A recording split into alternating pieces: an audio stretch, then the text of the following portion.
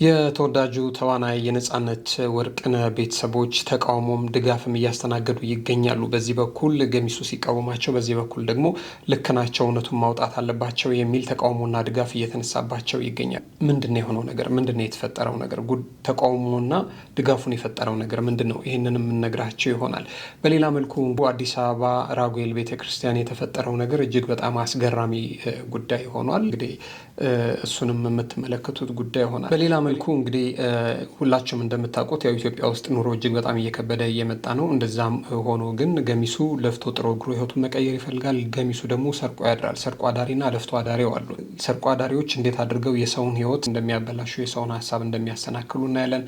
በሌላ መልኩ ደግሞ ለፍቶ አዳሪዎች ደግሞ እንዴት ጥረው ግረው ህይወታቸውን ለመቀየር እንደሚተጉ እናያለን። በዛሬ ሰላም የምንወዳቸውና የምናከብራቸው የጊዜ ሚዲያ ቤተሰቦች እንዴት አላችሁ? በያላችሁበት የዓለም ጫፍ በያላችሁበት የሀገር ጥግ ሁሉ ሰላም፣ ፍቅር፣ ጤና ትሆኑ ዘንድ ዞትራ ምኞታችን ነው። ኤልያስ ደግነት ነኝ። የምትከታተሉት ጊዜ ሚዲያ ነው። በዛሬ መሰናዷችን መግቢያችን ላይ እንዳልናቸው አንዳንድ ጉዳዮችን አንስተን እንጫወታለን። በዋናነት የነጻነት ወርቅነህን ጉዳይ እናነሳና ከቤተሰቦቹ ጋር ተያይዞ የተነሱ ተቃውሞና ድጋፎችን በተመለከተ የምናነሳው ጉዳይ ይሆናል ማለት ነው። ጊዜ ሚዲያን ሰብስክራይብ ሳታደርጉ የምትመለከቱ ካላችሁ ሰብስክራይብ በማድረግ ቤተሰብ እንድታደርጉን ኮድ በትህትና እንጠይቃለን። ክበሩልን።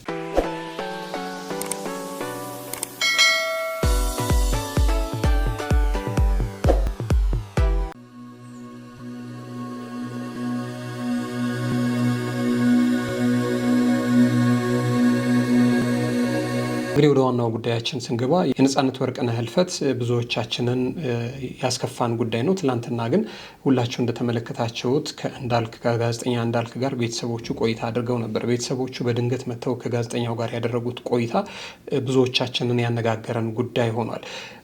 ምንድነው ጉዳዩ በዚህ ልክ ያነጋገረና ያስደነገጠ የሆነው ለሚለው ጥያቄ እንግዲህ ከዚህ ቀደም ሁላችሁም እንደምታውቁት ነጻነት የሞተ ጊዜ ምስክርነት ከሚሰጡ ሰዎች መካከል የመጀመሪያው የ29 ዓመት ጓደኛዬ ነው ያለው አስናቀ ነበረ። ቤተሰቦቹ ታዲያ ከአስናቀም ጋር ተያይዞ የነበራቸውን ቅሬታ አንስተው ነበረ። አስናቀ በዛ ልክ ወዳጄ ነው፣ እኔ እናንተ የተጎዳችሁትን ያህል አይደለም፣ የኔ ጉዳት በጣም ይብሳል ብሎ ይለን ነበር እያሉ እዛም ላይ ሲናገሩ ተስተውሏል። ትልቁ ግን በወቅቱ መነጋገሪያ ያርሰ ጉዳይ የነበረው ነጻነት ወርቅነህ ህይወቱ ባለፈ ጊዜና የቀብር ስነ ስርዓቱ ላይ ባለቤቱ ለምንድን ነው ስታለቅስ ያልታየችው? ለምንድን ነው አፏን በመቅረቢያ ሸብባ በቃ እንዳዘነም ሰው ያልሆነችው? ሰውም የሞተባት አትመስልም የሚል ትልቅ ተቃውሞ ተነስቶ ነበረ። እዚህ ጋር ይህንን ፎቶ በተለይ ማህበራዊ ሚዲያ ላይ ብዙዎች እያመላለሱት ይህንን ጉዳይ ሲያነሱ ነበረ። ይህም ጉዳይ ሆኖ ታዲያ ይህም ጉዳይ ራሱ ሁለት ጎራ ፈጥሮ ነበር። አብዛኛው የእውነት ነው ለምንድን ነው እንደዚህ ግን የማታለቅ ሰው የሚል ሰው በነበረበት ሰዓት፣ አንዳንዱ ደግሞ ሀዘን እኮ በእንባን ብቻ አይገለጥም፣ ይህኔ ልቧ ቆስሏል፣ ደምቷል፣ ከቃል በላይ ታማ ሊሆን ይችላል የሚሉ ሁለት ጎራዎች ተፈጥረው ነበረ። እንዲያም ሆኖ ታዲያ ይሄ አከራካሪ ጉዳይ እንዳለ ሆኖ ከቆይታዎች በኋላ ታዲያ ሰይፉ ጋር እህቱም ወንድሞቹም እና አስናቀም ቀርበው ነበረ።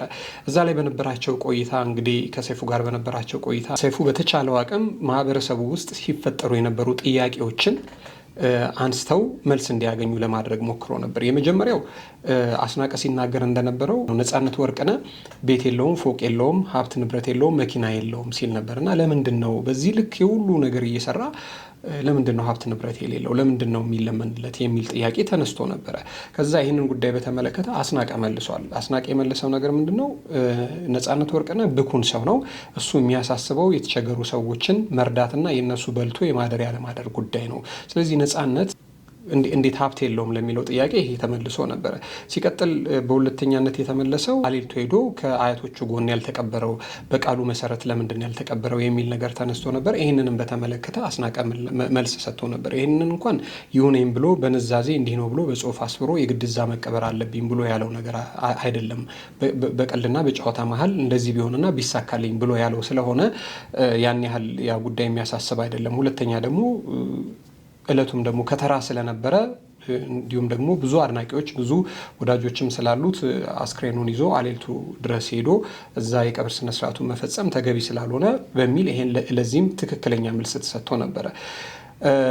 እንግዲህ ሌላኛውና ደግሞ ትልቁ ከዚህ ጉዳይ ጋር ደግሞ ተያይዞ ባለቤቱ ላይ ሲነሳ የነበረው ለምንድን ነው ያላዘነችው? አፏን በሻርብ ሸብባ ስታለቅስ አልታየችም ለሚለው ትልቅ ተቃውሞ እህቱ ሚሚ ታላቅ እህቱ መልስ ሰጥታ ነበረ። እንግዲህ ታማሚ እንደሆነች እሷም የራሷ የሆነ ችግር እንዳለባት ሀዘኑ እንደጎዳትና ሀዘን በእንባ ብቻ እንደማይገለጽ አድርጋ በደንብ አድርጋ ይህንን ጉዳይ በተመለከተ መልስ ሰጥታ ነበረ። እዛ ላይ ታዲያ ሚስቱንም አመስግና ልጆቹንም አመስግና ወዳጆቹንም አመስግና አስናቀንም ራሱ ቀን ከሌሊት ከጎኑ ሳይለይ ብላ አመስግና ነበረ።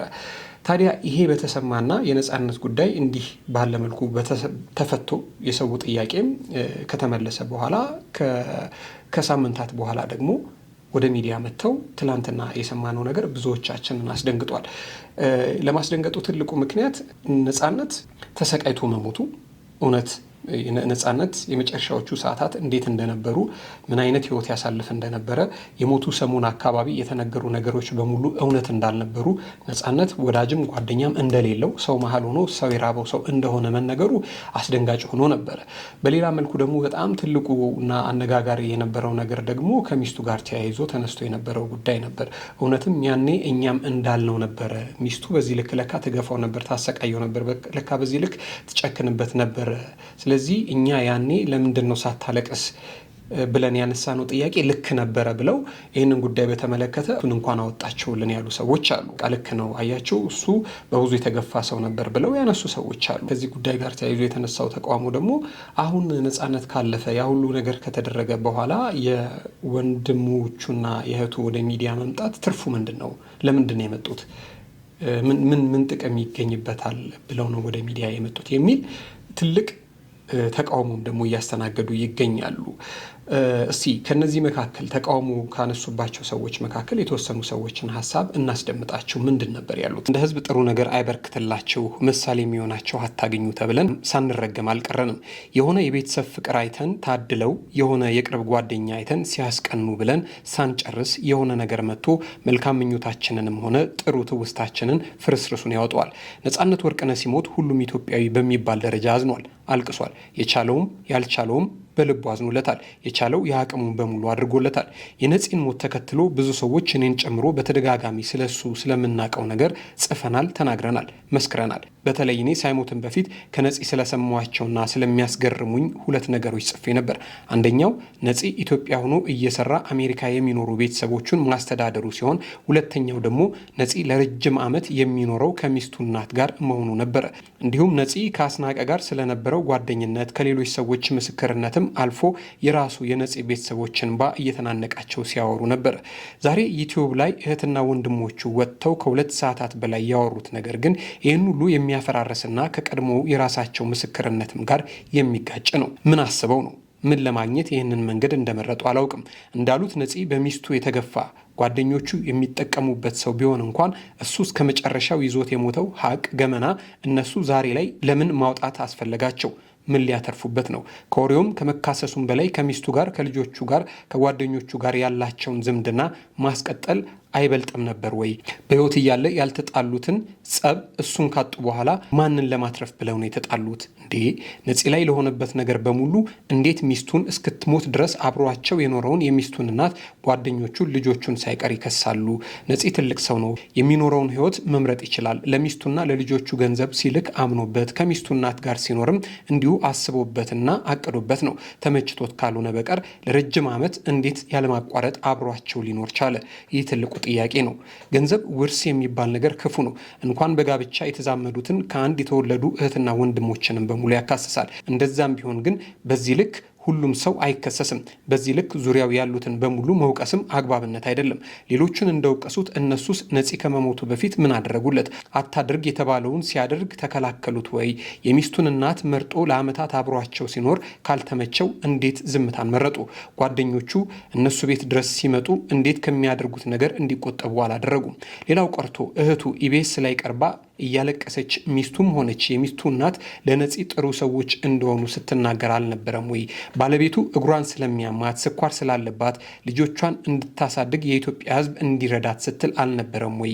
እዛው ቃለ መጠይቅ ላይ ጓደኛው አስናቀ ለቀናት መኪና ውስጥ እያደረ ሲያስታምመው ነበር ብላ ስታመሰግነው አልነበረም ወይ? እዚህ ጋር ታዲያ ጓደኞቹ ምንም ችግር አልነበረባቸውም እያልኩ አይደለም። ችግር ሊኖርባቸው ይችላል። በዚህ ልክ ግን ሚዲያ ላይ ቀርቦ ሊያሰጣቸው የሚችል ጉዳይ ግን አይመስለኝም። በወራት ውስጥ ምን ቀይሯቸው ነጻነትን ሁሉም እንደሚወዱትና እንደተጠቀሙበት ለመናገር ደፈሩ። ወንድምም እህትም ቀርበው በደንብ አግዙን እርዱን እንዳላሉ ዛሬ ላይ ምንም እርዳታ ሊሰበሰብ አይገባም ነበር። ምን አስባላቸው? ይሄ ዩቲዩብ የሚባል ነገር ሁሉንም ነገር አደባባይ ይዞ እየወጣ ሰውን በሙሉ አበላሸው። ገመና የሚባል ነገር በሽምግልና ያልቃል የሚባል ነገር ጭራሹኑ እንዳይኖረን አደረገን እንጂ የነፂ ስም ዳግም በዚህ አይነት ረብሻ ስሙ ባይነሳ ይሻል ነበር። የተበደለውም ነገር ከነበረ ለሚስቱ እናትም ለጓደኞቹም ጭምር ብሎ ዝምታን መርጦ ከነበረ ከነሚስጥሩ እንደተቀበረ ቢቀር ይሻል ነበር ሲሉ አስተያየታቸውን ሰጥተዋል። እንግዲህ አሁን እኚህ ግለሰብ ያነሱት ሀሳብ አለ። በዋናነት እንግዲህ ትልቅ ጥያቄ እየፈጠረ ያለው ጉዳይ ማለት ነው። ለምንድን ነው ወደ ሚዲያ መምጣት ያስፈልገው የሚለው ነገር አንዱ ትልቁ ነው። ማለት ለምሳሌ ሌላ ደግሞ በጣም ጉምቱ ጋዜጠኛ ደግሞ አለ፣ እሸቱ ገለቱ የሚባል በጣም ጉምቱ ጋዜጠኛ አለ። ይህንንም ጉዳይ በተመለከተ ሬሌቫንሱ ምንድን ነው፣ አሁን የዚህ ፕሮግራም ሚዲያ ላይ መምጣቱ ሬሌቫንሱ ምንድን ነው የሚል ትልቅ ጥያቄ አንስቷል። እንግዲህ እዚህ ጋር እንደተባለው ዩቲዩብ ላይ መምጣቱ ምንድን ነው ጥቅሙ የሚል ትልቅ መጠይቅ አንስተዋል እኚህ ግለሰብ። በእርግጥ እዛ ላይ እንደሰማችሁት እንዳልካቸው ፕሮግራሙን ከመጀመሩ በፊት ይሄ ፕሮግራም ወደ ሚዲያ ከመምጣቱ በፊት ጉዳዩን ቁጭ ብለን ተነጋግረን እንድንፈታው ብዙ ጥረት አድርጌያለሁ ሲል ሰምታችሁታል። በቃ ተነጋግረን ይሄ ጉዳይ ወደ ሚዲያ እንዳይወጣ ሰው እንዳይሰማው የበኩሌን ጥረት አድርጌያለሁ። ነገር ግን ከነጻነት ቤተሰቦች እኛ ተነጋግረን የምንፈታው ነገር አይደለም፣ ህዝብ እንዲያቅልን የምንፈልገው ነገር ስለሆነ ሚዲያ ላይ መውጣት እንፈልጋለን ስላሉኝ ነው ይዤ የመጣሁት ብሎ የራሱን ሀሳብ እንግዲህ አንስቷል ማለት ነው። አሁን እሳቸው ሁሉ ነገር ዩቲዩብ ላይ መምጣት የለበትም ከሚለው ሀሳብ ጋር ተያይዞ ማለት ነው። አሁን ትልቁ ጥያቄ ያለው ምንድን ነው በመሀላቸው የተፈጠረው? ለምንድን ነው ሚዲያ ላይ የመጡት? ምን ተፈልጎ ነው የሚል ጥያቄ ደግሞ ሲነሳ መጀመሪያ እንግዲህ ነገሩን ላለማሻከር ተከድነው ይብሳል፣ የተገፋውም የተከፋውም ነገር ይቅር ብለው ነገሩን አደባብሰው ማለፍ ፈልገው ነበረ። ምናልባት ከዛ በኋላ ደግሞ ያላሰቧቸው ደስ የማይሉ ነገሮች ተፈጥረው በህልህ ሊሆን ይችላል ወደ ሚዲያ የመጡት የሚሉም ሀሳብ ያላቸውና ይህንን ሀሳብ ደግሞ የሚደግፉ አሉ። እንኳን መጡ በቃ ነጻነት በዚህ ልክ ተገፍቶ ተከፍቶ የኖረ ሰው መሆኑን መናገራቸው እሰየው ነው። በተለይ ደግሞ ከሚስቱ ጋር ተያይዞ ብሎ ያነሱት ነገር አለ። አሁን ትልቁ ደግሞ ሌላው ጥያቄ የሆነው ደግሞ ከአስናቀ ጋር የተነሳው ጉዳይ ነው። እንግዲህ አስናቀ 2-3 ቦታዎች ላይ እንግዲህ የቀብሩም ላይ ከዛ ደግሞ የኡራኤል ልጆች መታሰቢያ ሻማ ያበሩትለትም ላይ እኛም እዛ ተገኝተን ነበር። እዛም ላይ ከዛ ደግሞ ሰይፉም ላይ እንግዲህ ሰይፉ ላይ በጣም ረጅም ቆይታ ነው ያደረገው አስናቀና ረጅሙን ጊዜ ሲጫወቱ የነበሩት ከነጻነት ጋር ስላሳለፈው ህይወት ነበረ። ታዲያ ምን ተፈጥሮ ነው? በእርግጥ እህቱ እንዳለችው እዛ ላይ የ29 ዓመት ጓደኛው ነኝ ብሏል። ነጻነትን የ29 ዓመት ጓደኛው ነኝ ካለ አስናቀ ነጻነትን በስንት ዓመቱ ነው ያገኘው? ነጻነት በስንት ዓመቱ ነው የሞተው? ከነጻነት ጋር የተገናኙት በስንት ዓመቱ ነው? በ29 ከነጻነት እድሜ ላይ 29 ዓመት ሲቀነስ ነጻነት ገና ትምህርት ቤትም አልጨረሰም ነበር የሚል ክሪቲካል የሆነ ሀሳብ አንስታለች። ወይ እሱ እንግዲህ ተገናኝተዋል አልተገናኙም እሱ እነሱ ናቸው የሚያውቁት። ትልቁ ነገር ግን ምናልባት እነሱ ካነሱት ሀሳብ ውስጥ አሁንም ሚዛን እየደፋ የሚገኘው ጓደኞቹ ግን በዚህ ልክ ሲጠጣ ለምንድን ነበረ ዝም የሚሉት ነው? እንዳይጠጣ ተከልክሎ አብረውት የነበሩ ሰዎች ግን ሲጠጣ ለምንድን ነው ዝም ያሉት? ይሄ ለጓደኞቹ በጣም ትልቅ ጥያቄ ነው። በጣም ትልቅ ጥያቄ ነው። ሌላኛው ግን ሁላችንም አሁን እዚህ ጋር ማስተዋል ያለብን ነገርን ከስሩ እንዲሉ ነገር በልኩ የሚለካውና የሚመዘነው ግን ከሁለት ወገን ሲሰማ ነው። አሁን የሰማነው የነጻነት ቤተሰቦችን ብሶትና ሀዘን ብቻ ነው የሰማነው። ምንድን ነው ደግሞ ዳዘር ሳይድ ያለው እውነት ደግሞ ምንድን ነው? በሚስቱስ በኩል ደግሞ ያለው እውነት ምንድን ነው? እሷስ ከዚህ ጉዳይ ጋር ተያይዞ ሀሳብ አላት ወይ? ይህንን ጉዳይ በተመለከተ እንግዲህ በጭፍን እንዲህ ነው ብሎ በእርግጥ ሀሳብ አስተያየት ከመስጠት ይልቅ የሁለቱንም መስማት እሰየው ነው። የሁለቱ ወገን መስማት ምንም ነገር የሚያከስረው ነገር የለም። የእነሱም በተለይ የሚስት እናትም ጉዳይ ቢሰማ በጣም ትልቅ ነገር ነው። ሌላው እንግዲህ አስናቀም እዚህ ጉዳይ ላይ መልስ ይሰጣል ተብሎ ይታሰባል። አስናቀስ የተነሳበትን ቅሬታ እንዴት ነው የሚመልሰው? እንዴት ነው? ሲጠጣ ለምንድን ነበር ዝም የሚለው? እንዳይጠጣ ተከልክሎ እያወቀ ሲጠጣ ያየው ነበር ወይ? እና እነዚህን ጉዳዮች በተመለከተ አሁን የነጻነት ቤተሰቦች ላይ ግን በትልቁ ጥያቄ እየተነሳ የነበረው ምንድን ነው? በቃ ያኔ እዛ ላይ እንደተደናነቁ ቢቀሩ አይሻልም ነበሩ? ለምን ወደ ሚዲያ መጡ? ምንድን ነው? ምን ትርፍ ተፈልጎ ነው? የእውነትም ዝም ብሎ ሲታሰብ እንግዲህ እውነቱ እንዲወጣ ከመፈለግ ካልሆነ በስተቀር ሊያመጣ የሚችለው ትርፍ ላይኖር ይችል ይሆናል። ምናልባት ሊያሻክራቸውና ከወንድማቸው ልጆች ጋር እንዳያቃረናቸው የሚል ስጋት ደግሞ ፈጥሯል። እንግዲህ ከዚህ በኋላ ሌሎቹ ሚስትየውም ወጥታ የራሷን እውነት ትናገራለች። እንደገና ደግሞ አስናቀም ወጥቶ የራሱን እውነት ይናገራል አይናገርም የምናውቀው ጉዳይ የለም። ከዚህ ጉዳይ ጋር ግን ተያይዞ ያለው ነገር ይህንን ይመስል ነበረ። እናንተ ግን ቪዲዮን ከተመለከታችሁና ነገሩን በደንብ ከሰማችሁ ካደመጣችሁ በኋላ ግን የተሰማችሁ ነገር ምንድን ነው? እውነቱ መቅረብ ነበረበት ሚዲያ ላይ ወይንስ ደግሞ መቅረብ አልነበረበትም? መቅረብ ሳይኖርበት እንደቀረ መቅረት ነበረበት ወይስ ወጥተው የተናገሩት እውነት ህዝቡ ሰምቶ ማወቅ ነበረበት? ግን ከቀረበው ፕሮግራም ደግሞ ምንድን ነው የሚተርፈው ነገር? ይህንን ጉዳይ በሀሳብ መስጫ ሳጥን ላይ ያስፍሩልን። እስቲ ወደ ሌላው ጉዳይ እንሂድ።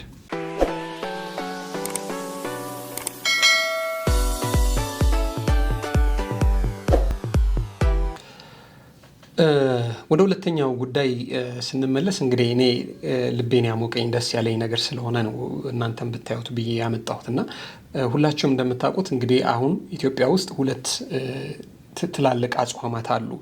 በኦርቶዶክስ እምነት ተከታዮች ዘንድ እንግዲህ ትልቁ የሚባለው የአብይ ጾም አለ። የአብይ ጾም እንግዲህ ከተጋመሰ አሁን ቀናት አልፈዋል።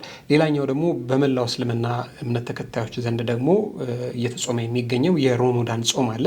እንግዲህ ባለን መረጃ መሰረት ዛሬ ማምሻውን ጨረቃ ከታየች በዓሉ ነገ ይሆናል ማለት ነው። ዛሬ ደግሞ ካልታየች ከነገ ወዲያ የጁማ ቀን በዓሉ ይሆናል ማለት ነው። እጅግ የሚያስገርመው ደግሞ እንግዲህ ሁላችሁም እንደምታውቁት መርካቶ አካባቢ አንዋርና ራጉኤል ጎን ለጎን ናቸው። የእስልምና እምነት ተከታይ ወንድሞች ከቤተ ክርስቲያን አብይ ጾም ጾመው አስቀድሰው የሚወጡ የኦርቶዶክስ እምነት ተከታዮችን ቤተ ክርስቲያን ድረስ ገብተው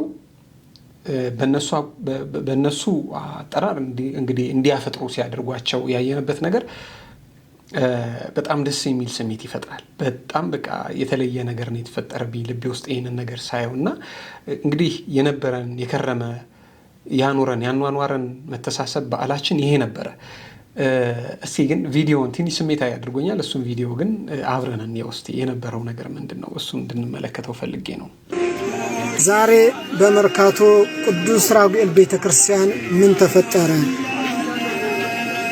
ሙስሊም ወንድሞቻችን እንግዲህ 9 ሰዓት ታስቀድሰን ስንወጣ እናንተ ደክሟቸዋል፣ እኛ ደግሞ እናንተ መስሩ ስራ እንሰራለን፣ እነሱ በሚሉት ቋንቋ እኛ እናስፈጥራቸዋለን ብሎ ይኸው ልክ እንደምታያቸው ዳቦ እያደሉ ነው። እንግዲህ ወንድማሞች ማለት ይሄ ነው፣ ወገን ማለት ይሄ ነው። ቅዱስ ራጉኤል ሐሳባችን ላላችሁ ድካማችሁም ይቁጠርላችሁ። እናመሰግናለን። የሚገርም ነገር ነው ማለት እንግዲህ ያው እንዳልኳችሁ ነው። አንዋርና ራጉኤል ጎን ለጎን ናቸው። አሁን እነዚህ የእስልምና እምነት ተከታዮች ያደረጉት ነገር ምንድን ነው? እዚህ ላይ እንደተመለከታችሁት የአብይን ጾም ጾመው ቤተክርስቲያን አስቀድሰው የሚወጡ ኦርቶዶክሳውያንን ራጉኤል ድረስ ገብተው ቤተክርስቲያን ድረስ ገብተው ዳቦ እየሰጧቸው ነው። ዳቦ ይዘው መጥተው የነሱ የአፍጥር ሰዓት ገና ነው። ከ9 ሰዓት በኋላ ወደ ማምሻውን አካባቢ ነው። በቤተ ክርስቲያን ደግሞ ቅዳሴ ያልቆ 9 ሰዓት እስከ 10 ሰዓት ባለው ውስጥ ነው እና የሚወጣው በዛ ሰዓት ዳቦ በትሬ አድርገው እየሄዱ ሲያስፈጥሩ ወይ ደግሞ እንግዲህ እንዲቀምሱ ሲያደርጉ ነው የተመለከት ነው። ይሄ እጅግ በጣም የሚገርም ስሜት ነው የሚፈጥረው። አላቅም እንግዲህ እኔ ምናልባት ለምን እንደዚህ የተለየ ስሜት እንደፈጠረብኝና እንደዚህ ያሉ ክስተቶች ሲፈጠሩ እጅግ በጣም ደስ ነው የሚለው። ይሄ የነበረ የከረመ ባህላችን ነው። የምታስታውሱ ከሆነ እንግዲህ የከተራ ሰሞንም ታቦታቱ ከመንበራቸው ተነስተው ወደ ጥምቀተ ባህሩ ሲሄዱም ቄራ አካባቢ መስጊድ አለ። ቄራም ጋር በጣም ትልቅ መስጊድ አለ የምታውቁ ከሆነ እና እዛም ጋር እንደዚህ ውሃ ይደረድሩና ዳቦ በሳህን አድርገው ለኃላፊ አግዳሚው ታቦታቱን ለሚሸኙ ምእመናን ሲያድሉ ነው የሚታዩት። እና ይሄ ነው ላይክ የሚያኗኑረን የሚያቀባብረን እንደ ሰው አከባብሮም እንደ ኢትዮጵያም በቃ መልካም የሆነ ጉርብትና መልካም የሆነ ነገር የሚፈጥርብን ትልቁም ጉዳይ ይሄ ነው። ራጉኤል እድሉ ገጥሟችሁ አይታችሁ የምታውቁ ከሆነ አመት በጣም የሆነ ከእግር ጥፍር እስከ ራስ ፀጉር ድረስ የሚነዝር ስሜት የሚፈጥርበት ወቅት አለ። የስቅለት ቀን ስቅለት ሁልጊዜ አርብ ነው የሚውለው፣ ሁላችሁም ታውቃላችሁ። አርብ ማለት ደግሞ በእስልምና እምነት ተከታይ ደግሞ ጁማ ነው። የጁማ ሰላት ደግሞ አለ። ወዲህ የክርስትና እምነት ተከታዩ ስግደት ለመስገድ ከያለበት ተሰባስቦ የመርካቶ ነጋዴ በተለይ እዛ ያለ መርካቶ ውስጥ ያለ ነጋዴ ርቆ ሄዶ ስቅለትን ማሳለፍ ስለማይችል የሚያሳልፈው ስግደትን የሚሰግደው ራጉኤል ነው። ሙስሊሙም የጁምዓ ሰላት ለመስገድ ይመጣልና ከፍ ብላችሁ ለምሳሌ እንደና ይርጋ ኃይሌ ላይ ደግሞ እዛው የራጉኤል ላይ ያሉ ህንፃዎች ላይ መሆናችሁ ለማየት ስትሞክሩ ጎን ለጎን ነው የሚሰገደው። ደግሞ ጁማ ሰላት ደግሞ ለመስገድ የመጡ ደግሞ ይዘዋቸው የሚመጡ መስገጃዎች ደግሞ አሉ። እዛ አካባቢ የሚሸጡ ደግሞ ወረቀቶች አሉ የሚነጠፍ ማለት ነው። ሰላታቸውን ሰግደውበት ከሄዱ በኋላ ሌላው ደግሞ እግረኛ ደግሞ ለመስገድ እድል ያላገኘ ደግሞ ወይ በስራ አጋጣሚ ቤተክርስቲያን መሄድ ያልቻለ ደግሞ እነሱ የሰገዱበትን ደግሞ ያነሳና እዛ ይሰግድበታልና የስቅለት ዕለት በራጉኤልና በአንዋር መስጊድ መካከል ያለው ነገር እጅግ በጣም የሚያስቀናና የሚያስገርም ነገር ነው። ይህንን ነገር አይተን እንደው ለእናንተ ብናደርስ ብለን ነው። እኔ ምናልባት የተለየ ስሜት ስለፈጠረብኝም እና ደስ ስላለኝ ነው። ግን እናንተ ምንድን ነው እዚህ ጉዳይ ላይ ያላችሁ ሀሳብ? ምንድን ነው የተሰማችሁ ነገር? እሱን ሀሳብ ብታሰፍሩልኝ ደስ ይለኛል።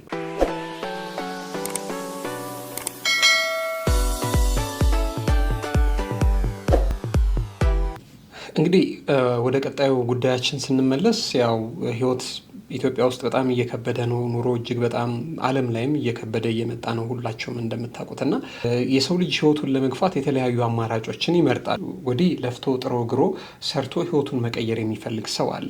ወዲያ ደግሞ በአቋራጭ የሚከብር ሰው አለ። ሰሞኑን ፕሮግራም ስንሰራ እንደነበረ እንደምታውቁት ሰው እያገቱ ሰው እየገደሉ እየዘረፉ በቃ በአቋራጭ ሀብት ንብረት ማካበት የሚፈልጉ ሰዎች አሉ። አሁን ማሳየት የፈለግነው ለፍቶ አዳሪና ሰርቆ አዳሪ ያላቸውን ልዩነት ነው።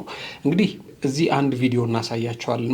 ማል መገናኛ ላይ ተሰርቃ እንግዲህ ከክፍለ ሀገር መታ ነው ወደ ሌላ ሀገር ለመሻገርና ህይወቷን ለመቀየር እልፍ ብላም ደግሞ የቤተሰቦቿን የሀገርንም ደግሞ ሸክም ላለመሆን የቤተሰቦቿንም ኑሮ ለመቀየር ብላ ከክፍለ ሀገር መታ እንግዲህ አዲስ አበባ ፓስፖርት በማስጨረስ ጉዳይ ውስጥ ሄድ መለስ እያለች የምትገኝ ሰው ነች። ታዲያ መሀል አደባባይ ላይ ትሰረቃለች ፓስፖርቷን።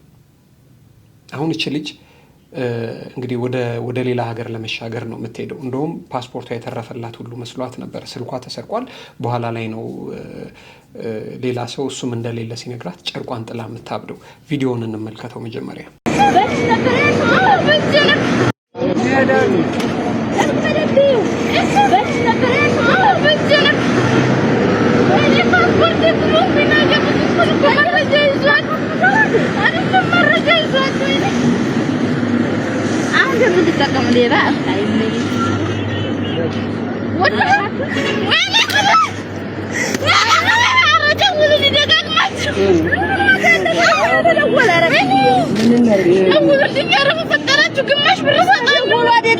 በጣም ነው የሚያሳዝነው። እንግዲህ እንደሰማችኋት ከክፍለ ሀገር ነው የመጣችው። የንግግር ዘይቤዋ ከወደ ወሎ አካባቢ የሆነ ደሴ ወሎ አካባቢ እንደመጣች ነው የሚያሳየውና አሁን እቺ እህት እንግዲህ ሀገር ቤት ምን ተሽጦ በምን አይነት ብድር በምን አይነት ልቂት በምን አይነት ጭንቀት አዲስ አበባ መታ ፓስፖርት እንዳወጣችና በምን አይነት ሁኔታ ውስጥ ልትሄድ እንደሆነ አናቅም።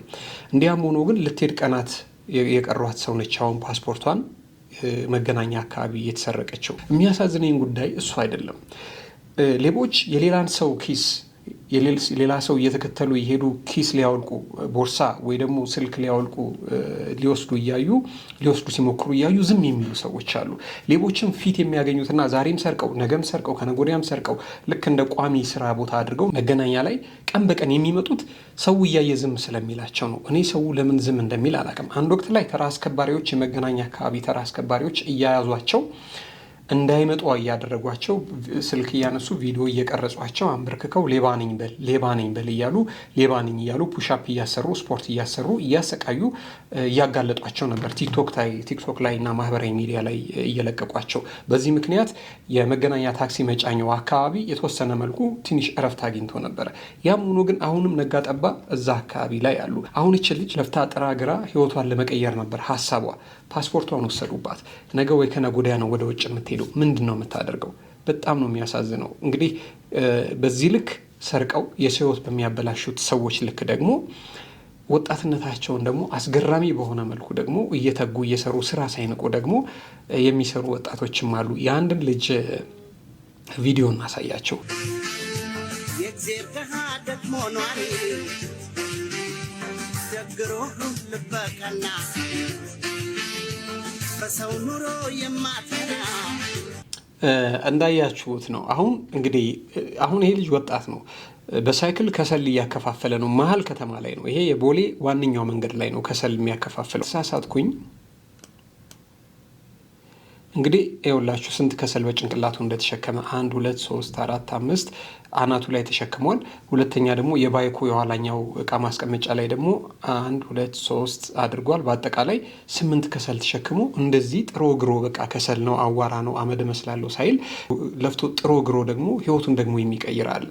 እንግዲህ የህይወት መልኳ እንዲህ ነው። አንዱ በዚህ ልክ እየሰረቀ የሰው ህይወት ያበላሻል፣ የሰው ህይወት፣ የሰው እቅድ፣ የሰው አላማ ያሰናክላል። ሌላኛው ደግሞ በዚህ ልክ ጥሮ ግሮ እንደዚህ ህይወቱን ይገፋል ማለት ነው። የጣረ የጋረ ሰው ግን ምንም ያህል ጊዜ ቢወስድበት ግን ሀብታምም እንኳ ባይሆን ንጹህ ጭንቅላት፣ ንጹህ የህሊና ትራስ ይኖረዋል። በሰላም ይተኛል፣ በሰላም ያርፋል ማለት ነው። እነዛ የሰረቁ አንድ ቀን አሽ ገዳሜ ብሎ ብራቸውን የጨረሱ ሰዎች ግን እድሜ ቀን ሄዶ ቀን ሲመጣ ግን በእድሜያቸው ዘመን አካባቢ በብዙ የሚከፍሉት ዋጋ ይመስለኛል። የሆነ ቀን ተጠራቅሞ የሚከፍሉት ይመስለኛል። አሁን ለምሳሌ የዚች ልጅ እንባ አለ። ከዚህ በፊት የሚሰርቋቸው ሰዎች አሉ። እንደዚህ አፍዘው አደንግዘው ብዙ ንብረቶቻቸውን የሚወስዱባቸው ሰዎች አሉ። እነዛ ሰዎች በእድሜያቸው መጨረሻ ላይ ይከፍሏታል። የማይቀር እውነት ነው። ይህንን ጉዳይ ይህንን ትዝብቴን ለእናንተ ላደርስላችሁ ብዬ ነው። አብራችሁን ስለቆያችሁ እጅግ በጣም ከልብ አድርገን ነው የምናመሰግነው። ጊዜ ሚዲያን ሰብስክራይብ ሳታደርጉ የምትመለከቱን ካላችሁ ደግሞ ሰብስክራይብ በማድረግ እንድታበረቱን፣ ሀሳብ አስተያየቶቻቸውን እንድትሰጡን፣ የሚስተካከልም ካለ እንድናስተካከል፣ የሚቀነስም ካለ እንድንቀንስ፣ እንድናርቅ እንድትረዱን ከወዲሁ በትህትና እንጠይቃለን። ሁሌ እንደምንለው ሁሌ እንደምንመኝላችሁ በያላችሁበት የዓለም ጫፍ በያላችሁበት የሀገር ጥግ ሁሉ ክፉ ሳይነካችሁ ደግ ሳያልፋችሁ ክረሙልን፣ ክበሩ።